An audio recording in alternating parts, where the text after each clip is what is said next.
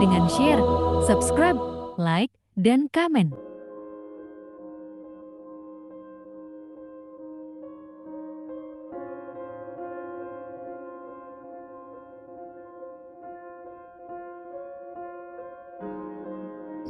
Banyak orang mengeluhkan kondisi hidup.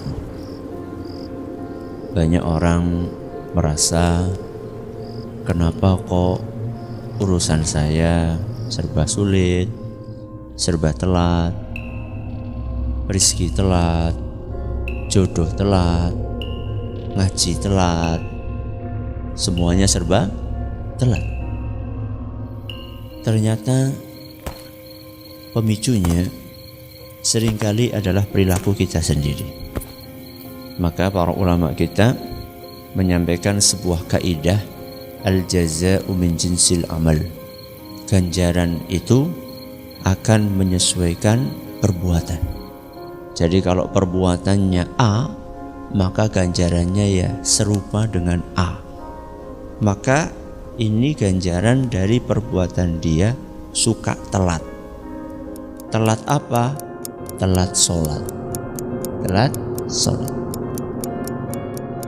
Rasulullah sallallahu alaihi wasallam dalam sebuah hadis dari Abu Sa'id Al-Khudri radhiyallahu anhu, beliau berkata bahwasanya Rasulullah sallallahu alaihi wasallam pernah melihat sebagian sahabatnya ini telat.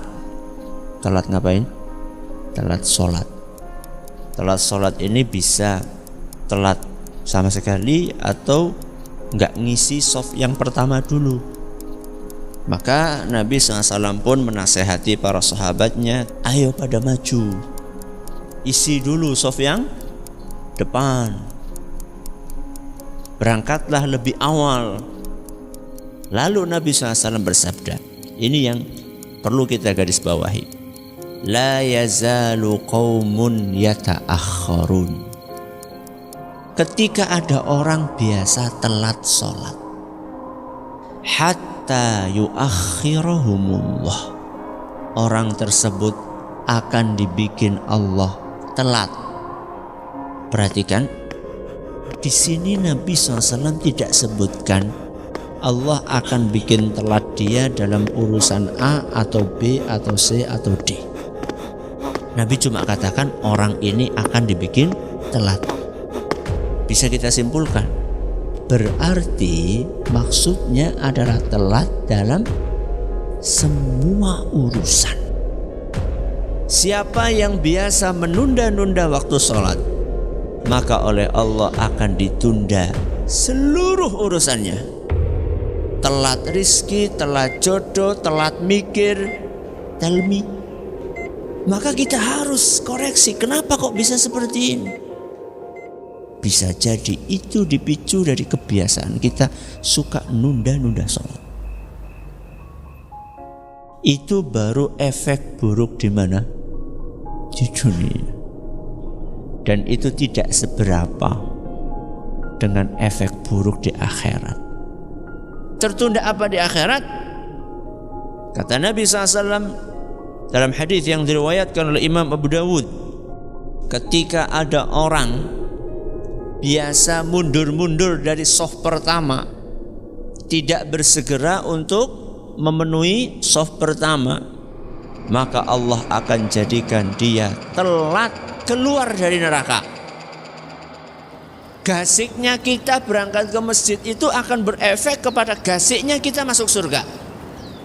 Dan telatnya kita berangkat sholat akan berefek kepada telatnya kita masuk ke surga. Jadi bukan ringan masalahnya, berhubungan dengan nasib kita di dunia dan di akhirat.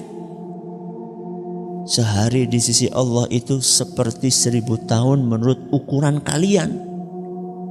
Satu hari di akhirat sama dengan 1000 tahun di dunia. Bayangkan telat satu hari, teman kita sudah Masya Allah di surga berapa tahun?